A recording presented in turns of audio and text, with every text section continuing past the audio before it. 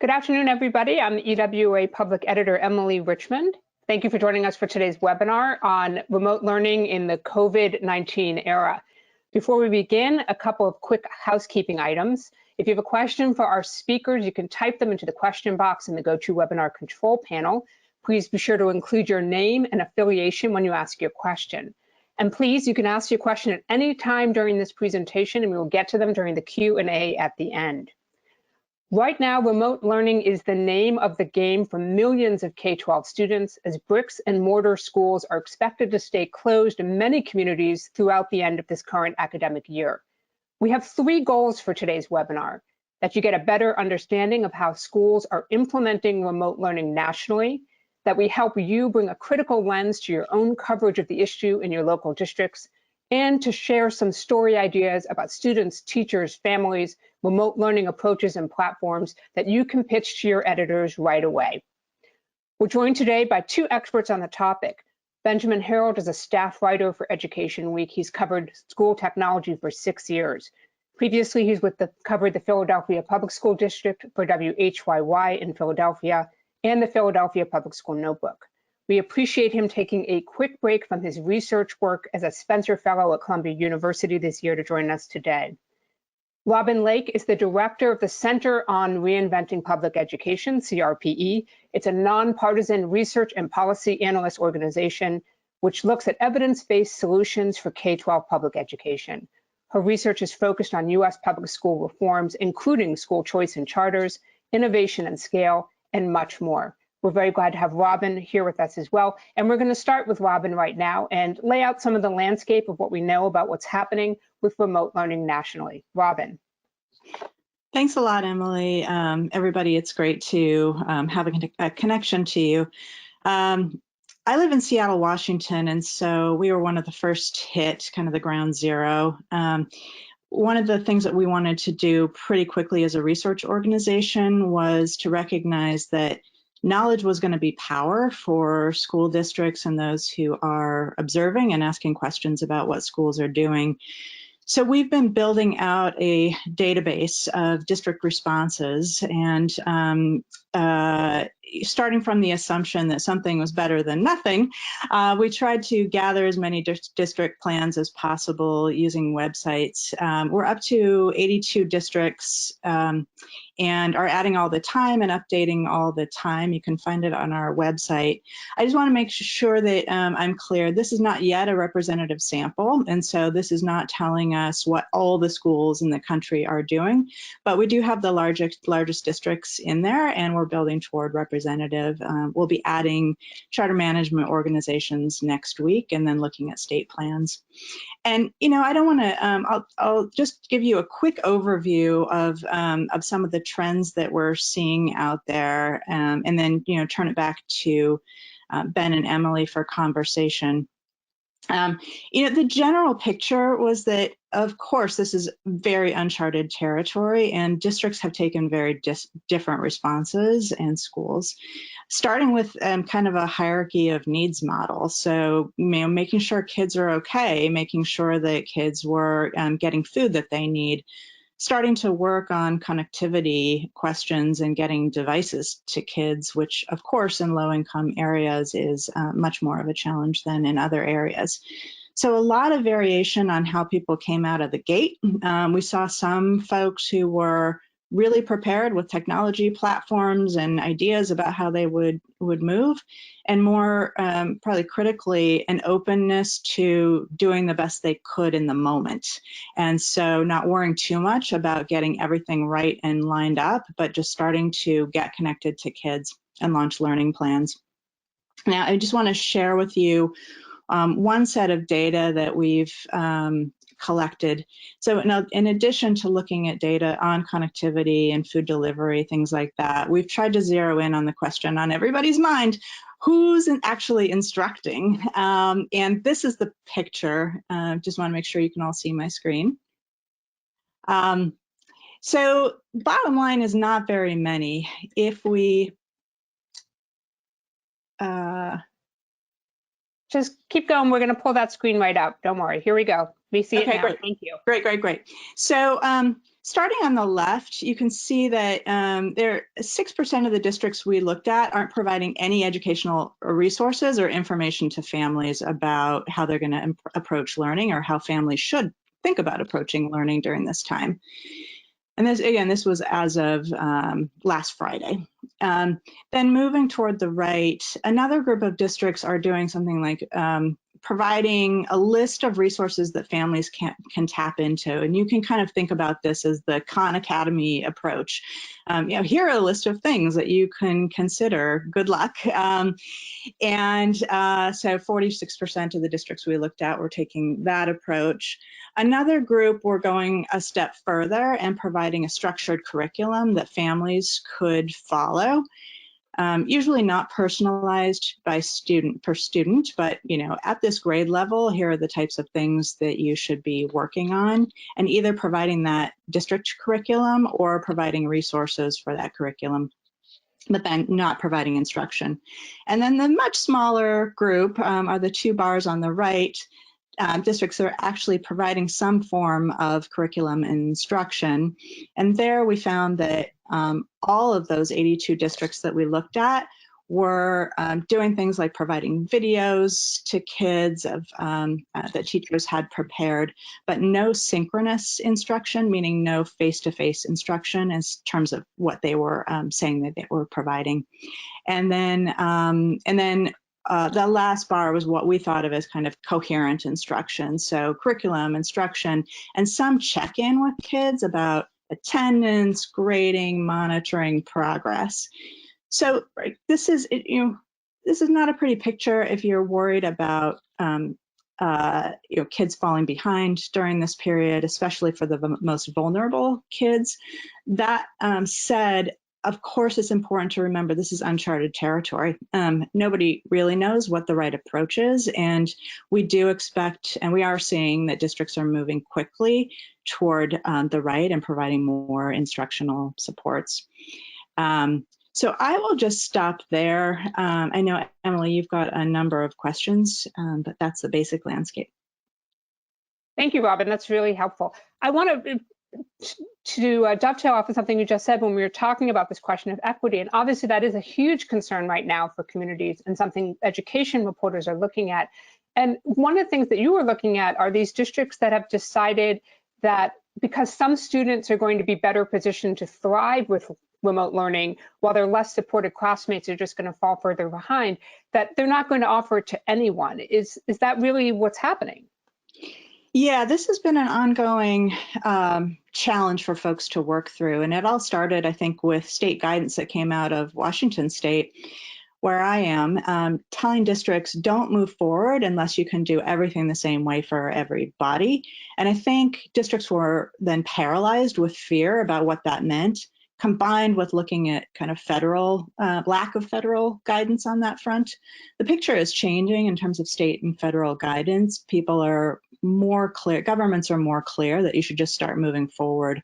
But I think the issue of students with disabilities in particular is really hard for districts to work through. Some are taking the view that something is better than nothing, and they're getting very, very creative in how they deliver those services and trying to build on trust and relationships to make sure that everybody understands they're doing the best they can and making a good faith effort. But a number of districts are really stuck on that question, and I don't want to diminish it. It's a huge one, not only in terms of students with disabilities, but English language learners, students whose families are in crisis right now. These are not easy questions to resolve, but I think when you poke into our database, you'll see there are a lot of creative approaches going, and folks using community activists, city managers to just figure out how can we get connectivity to all kids, how can we deliver services as fast as we can, and then starting to think forward about how do we compensate when school is back in session for those inevitable learning gaps that are going to continue. Well, one of the questions we have, I think, is how are we going to tell what those learning gaps are? And how are we going to be able to measure which students received which kind of remote learning? Are districts doing enough to sort of set up these protocol for diagnostics and planning for that remediation, and even just monitoring how many students are online in a given day? No, they're not. It's really tough. Our assessments are not, most district assessment systems are not really designed for that quick diagnosis. Interestingly, families right now are in an interesting place where they're being asked to provide the instruction, but they don't have any information about where their child really was. And even knowing what kind of curriculum they were following. So the basics aren't in place yet. I think we're going to have a real challenge when school does come back in session, doing diagnostics and mapping that out.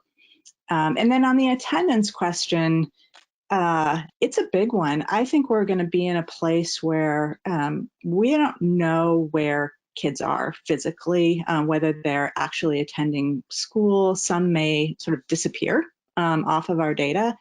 And so this is going to be a real challenge. I am urging states to start thinking about that now and getting diagnostic systems in place for districts that don't have them. But it's going to be a big one. If I'm an education reporter and I want to compare what my district is doing with someone else, are there a couple of success stories or districts that got off to a strong and promising start on addressing some of these questions? If I go to the CRPE chart, what am I looking for? Yeah, you'll be able to find pretty quickly some districts that move forward with great speed. So Miami-Dade in Florida is a good example. Miami was kind of set up to do this because they had already been dealing with kind of a digital learning platform that was state mandated actually for all Florida districts to have some familiarity and some partnerships on that front. And they were used to dealing with hurricanes. So they had emergency plans in place. I will say that somebody did a story on Miami-Dade showing that there are a lot of glitches in the actual learning that's going on. So that is to be expected, to be watched, but they were, able to move pretty quickly. And then there are a number of districts, San Antonio, for example, that have done a really good job in communicating with families and providing really great family resources for English language learners, that kind of thing. So I don't think there's a paradigm here, right? Nobody knows what's the right approach. But there are some great examples of districts that are doing some things right now. Let's ask this.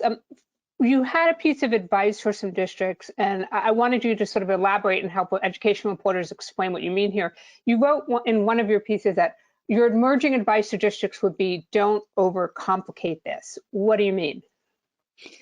Yeah, I think that some of the districts that we've been in contact with are really paralyzed by looking at all the educational online resources out there and thinking, how are we going to build this thing?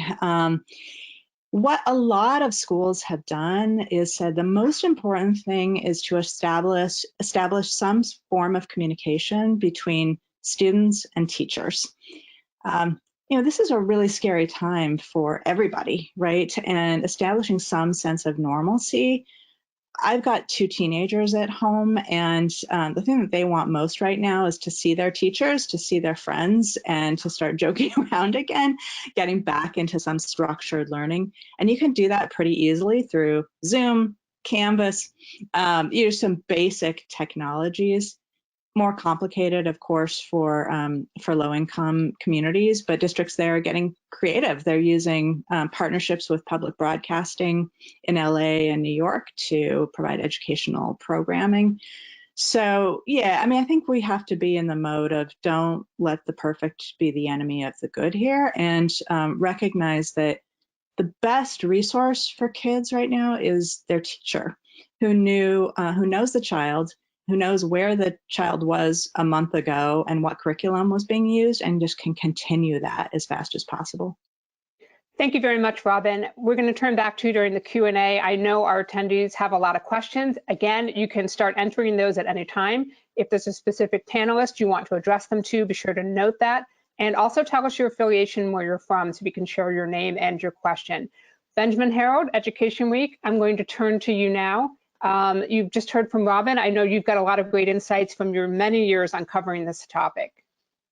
Yeah, well, thanks so much for having me, and thanks also to everyone who not only carved out time to be on this today, but all the great work everyone's been doing. I have learned a lot from reading your work, so thank you to everyone. So I'm pulling up some slides now. Hopefully those will make it up. Are we seeing those okay? Great. And so I think for me, the place to start is with the numbers, and again, trying to just get a sense of the scale of what's happening. And so Education Week has been a tremendous resource for that, being able to track the closures and across the country. And so I think you can't take enough time to go back for ourselves and for our readers to put the scale of what's happening in front of people, and just note that there are 46 statewide school closures affecting more than 124,000 schools, more than 55 million kids. I mean, this is really unprecedented. And it's new, and it's not something that we've ever done with before. So being able to always remind readers that we're all figuring this out as we go is a good first place to start. Ben, I'm going to interrupt you for just a second. We had your slide up on screen, but now it's white. Do you want to just check your presentation mode? I'm happy to try. Okay. Still missing? Still missing.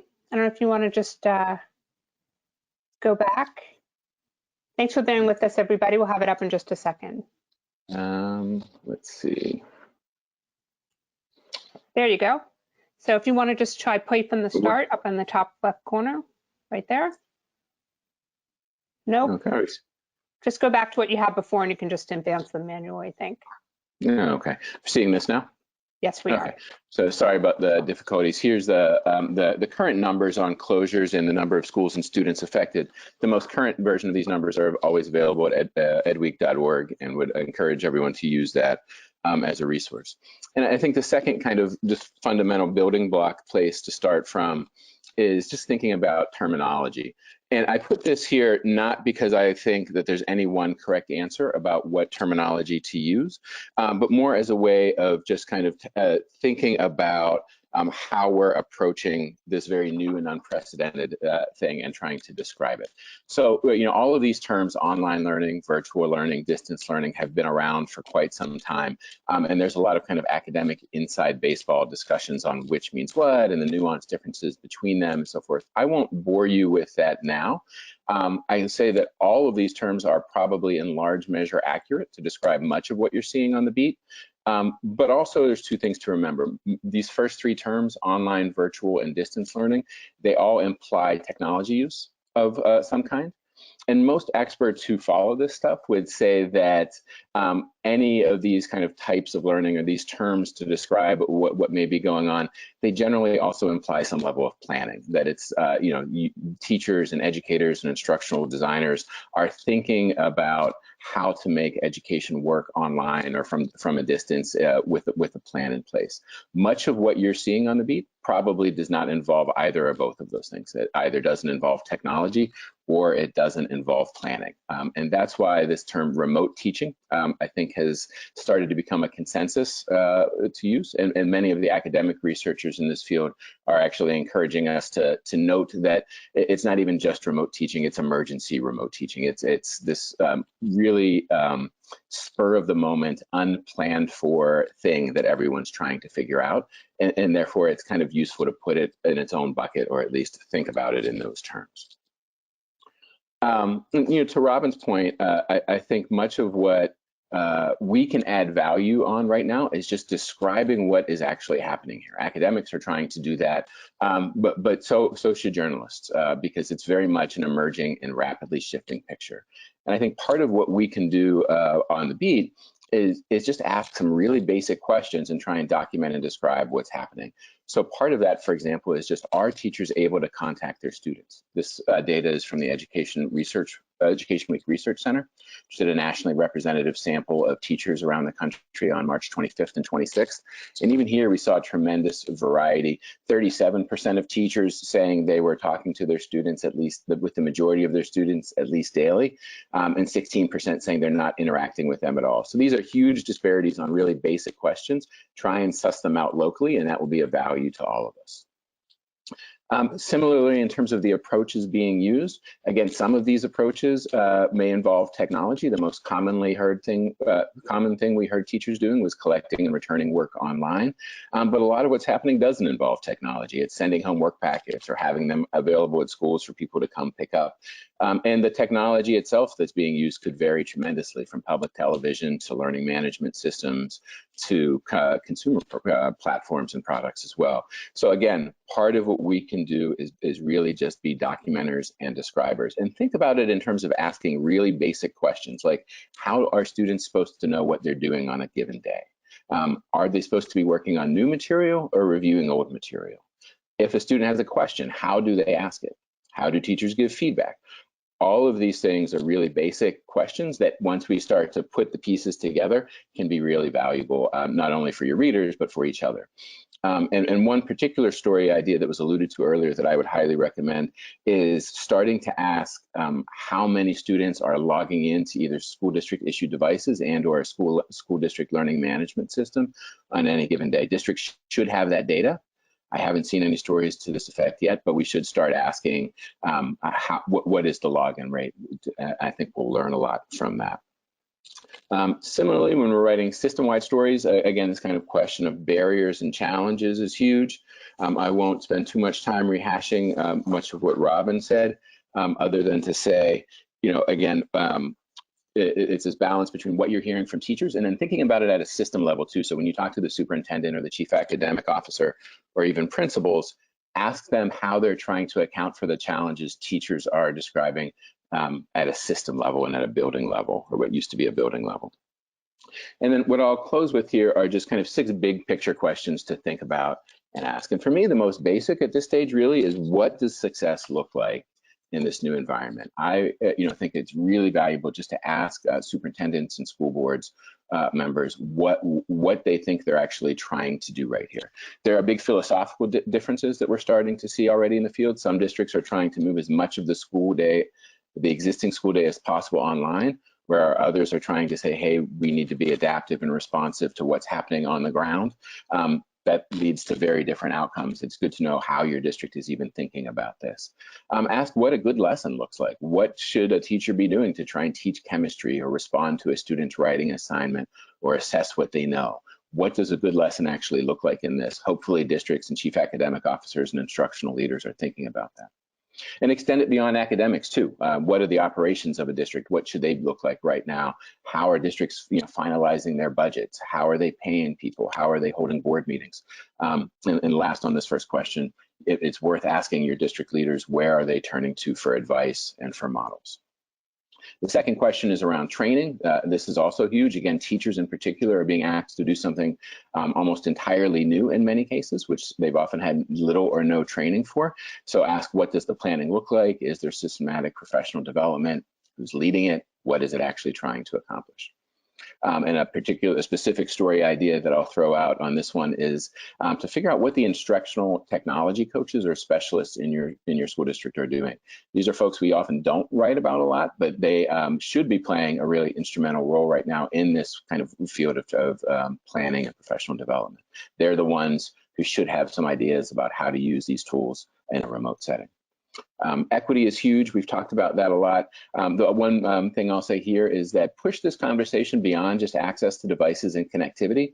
That's obviously huge, but it's just part of the story. It's really access to instruction that meets each student's needs. That is the heart of what equity is about. So how are districts trying to adjust and live up to students' IEPs? What are they doing to reach English language learners? What does differentiated instruction look like in a remote environment? How are they trying to adjust? All those kinds of questions will be very helpful. And also, I think what we might expect in this kind of environment is that the best resource, kind of most vocal parents, may be making their questions and concerns heard the loudest.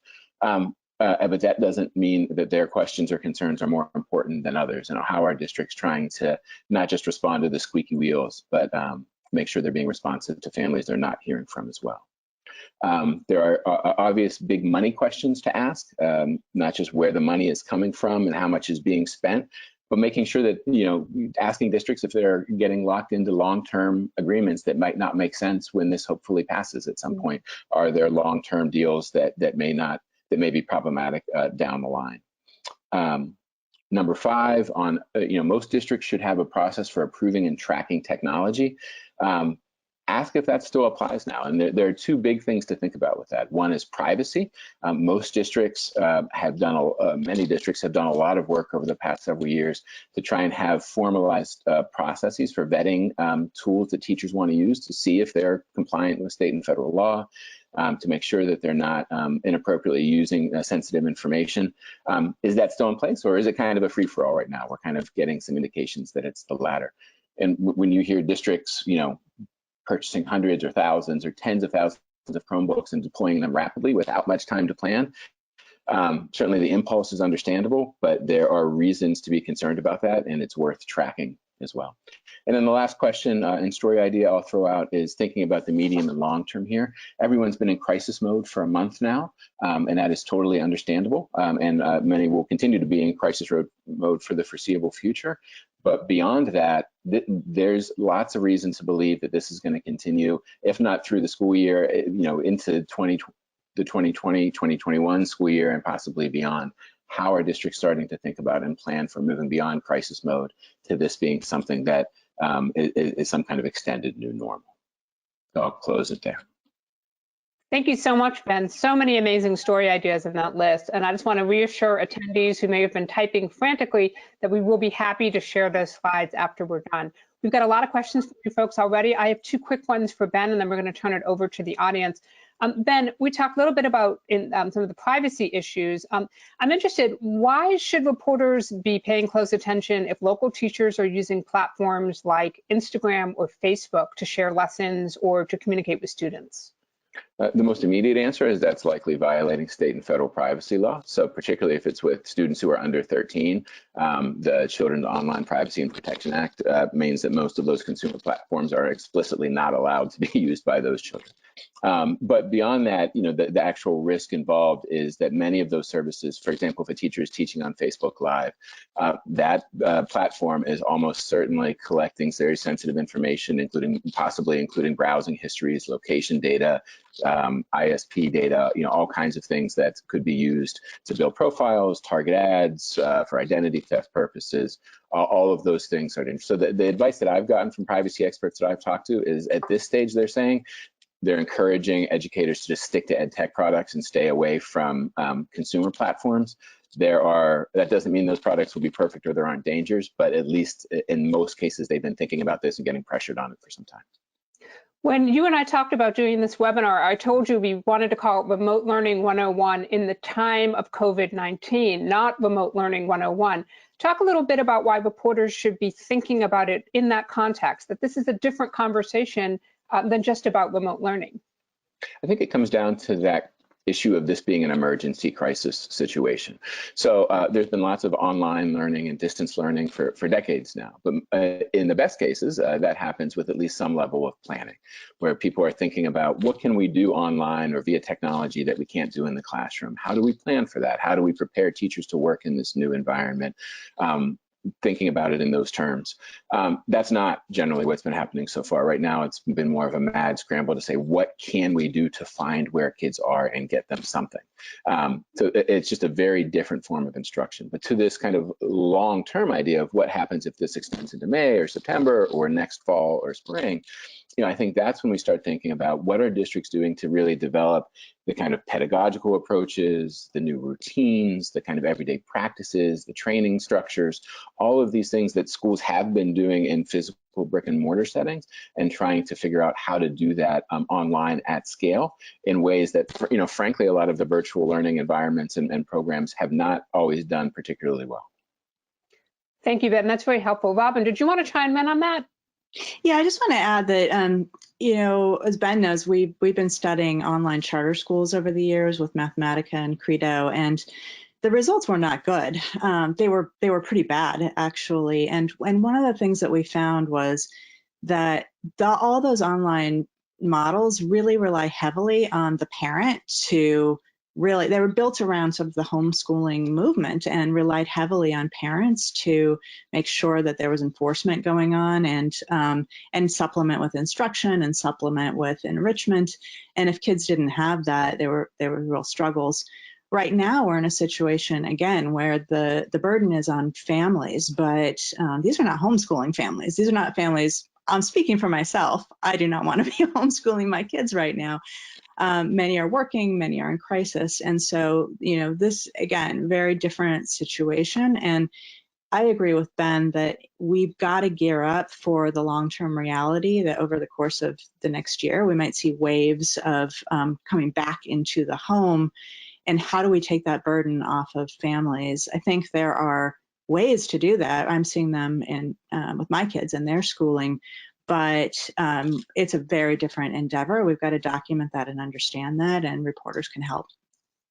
So, Robin, we have a question from Teresa Harrington of EdSource, and she said that some parents have expressed concern that students may need to repeat a grade if kids fall too far behind. Do you have any sense yet of how likely that might be to happen?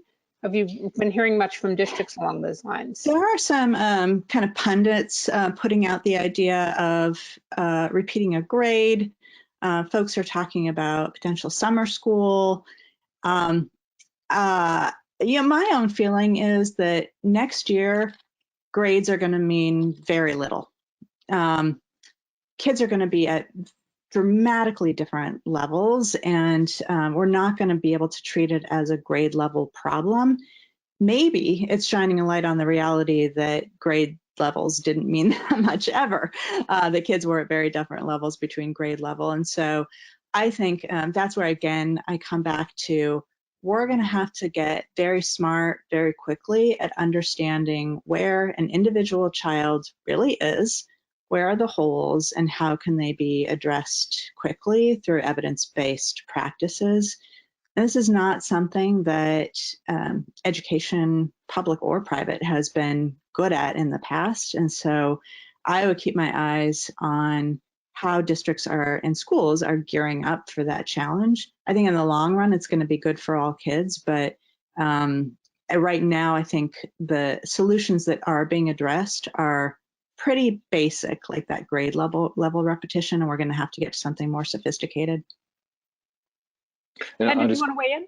Yeah, I'll just quickly add on that I would suggest calling your state departments of education as well and asking what they're doing. This is an area where state departments really could and probably should be providing guidance to districts. Right now, we haven't seen a lot of that, and what has been out there has been pretty messy and convoluted. So it's, you know, districts in many ways, I think, feel on their own right now. Make sure they're calling their states too to see if they're helping.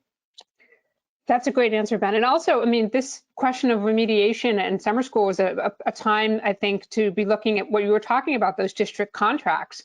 There are a lot of email boxes filling up right now with companies and organizations that are trying to step into this breach and, you know, make the most of their capital market and to making a lot of promises on what they can provide districts to help those students catch up. So it seems to me like that's a great crossover story right there. It is, and you know, one thing to add on that, some reporters have really been tracking this, but in some states there have been moves to close down credit-bearing opportunities in online settings. So kids are being told you can take online classes, but they won't count toward your graduation. That seems like an important thing for folks to understand in the public. Why is that happening? Is it really good for kids? Is it not? What are the concerns? It seems to me that right now more options are better than less options, but on the other hand, a lot of those providers don't have a great track record on quality. But you know, there are a lot of different interests circling around here. The providers, what teachers unions are concerned about, what parents are concerned about. So sorting all that out could be a real useful thing for reporters to help with. We have another question. This is from Kyle Mackey. She's at the Buffalo NPR station. She says, thank you for doing this, but she's also wondering, what's your advice for reporting on appropriate screen time for students? I think a lot of families' limits have clearly gone out the window, understandably, during this quarantine and lockdown period. And then she says, for example, it's requesting emergency funding for tablets for very young students. That's happening in Buffalo right now. So as a reporter, what should she be watching out for? Ben, do you want to take a stab at that? I'll jump in with that quickly, and there is a pretty robust and still evolving body of literature that makes pretty clear that extended screen time can be damaging for children, particularly when it comes to language development and so forth. I'll make sure to share a link to a recent meta study that came out just as this was hitting that kind of pointed to that concern, and it's definitely good to alert readers to that. And I think it's also important to think about it, as the question indicated, across different grade spans. What screen time looks like for a high school student may be should be very different than what it looks like for a kindergartner or second grader. And then the third point I'd make is that a lot of educators have been really emphasizing that remote learning doesn't necessarily equal online learning. There are all kinds of things that are being advised to making sure children have a chance to practice a skill, play an instrument, watch, kind of do systematic observation out their windows. There are all kinds of meaningful learning activities that can happen without screens. And particularly for younger children, districts can and should at this point be offering advice and guidance on those as well. And Emily, just one other quick thought. I think as a researcher, I always think about the counterfactual, what would be otherwise. And I think it's important for us to remember that when kids are home without a lot of adult supervision or a lot of structured school time, they're probably going to be on the screen by default, unfortunately. And so moving to an online structure, as Ben is saying, doesn't necessarily make things worse. It could actually make things better if it's done well. My kids have only 3 hours of screen time during the day. It's very condensed learning. A lot of their work is offline. They're instructed to go outside and find measurements in nature. So I think it's worth keeping an eye on, but we also have to think about what would kids be doing if they weren't in school right now. I think that's a really good point. And again, it goes to something, that Ben and I have talked about, which is this idea of putting kids in front of a screen right now with no human interaction is really not the best plan, especially when many of them may be missing their peer groups, missing that face-to-face time to teachers. But it's also important to remember remote learning is not always digital, that there are plenty of districts that are handing out paper packets that students are then turning back in to be graded. And I think those are both good reminders. We have time for just one more question. We're going to take it. It's from Marisa Nicosia. She's a freelance journalist in New York. And she wants to know if you can talk about some of the potential impacts of the cancellation of standardized tests this year, especially for college-bound juniors and seniors who may rely on those scores for admissions. Robin, is that something you're following at all? It's something that I'm hearing a lot of concern about, and we don't have good data on. So far, districts are not making public how they're going to deal with that. So I think that's something we're going to be watching for. And, I've got a junior in the household, and his SAT has been canceled. I think it's going to be chaos. And I've been talking with some friends in higher ed about how admissions will be handled. So that's worth digging into. I think it's an interesting story that hasn't been explored deeply enough. I wonder how much colleges will use this as an opportunity to do something that I think they were headed anyway, which is SAT optional. I think they may start looking at what are the skills kids can demonstrate aside from standardized test scores. How do they use this time of time in the era of COVID to rise to the challenge and provide some service learning or whatever. So I think it's an emerging story. I think it is too. And, just for our folks out there who may cover both K-12 and higher ed, remember a lot of community colleges use those placement scores to decide what class a student is going to go in as a freshman. So that could impact and have a ripple effect for some freshman class placements if students aren't taking those tests. We'll also have a bunch more story ideas on ewa.org website coming up, both for higher ed and for K-12. You're going to find a lot of resources there on our topics page on coronavirus and education. I want to take a moment just to thank our two presenters for joining us in what has to be a very hectic week for them. Robin Lake of CRPE at the University of Washington. Robin, thank you. Oh, it's my pleasure. Thank you, Emily. And Ben Herold, a staff writer for Education Week and a Columbia Spencer Fellow. Ben, thank you. Thanks for having me.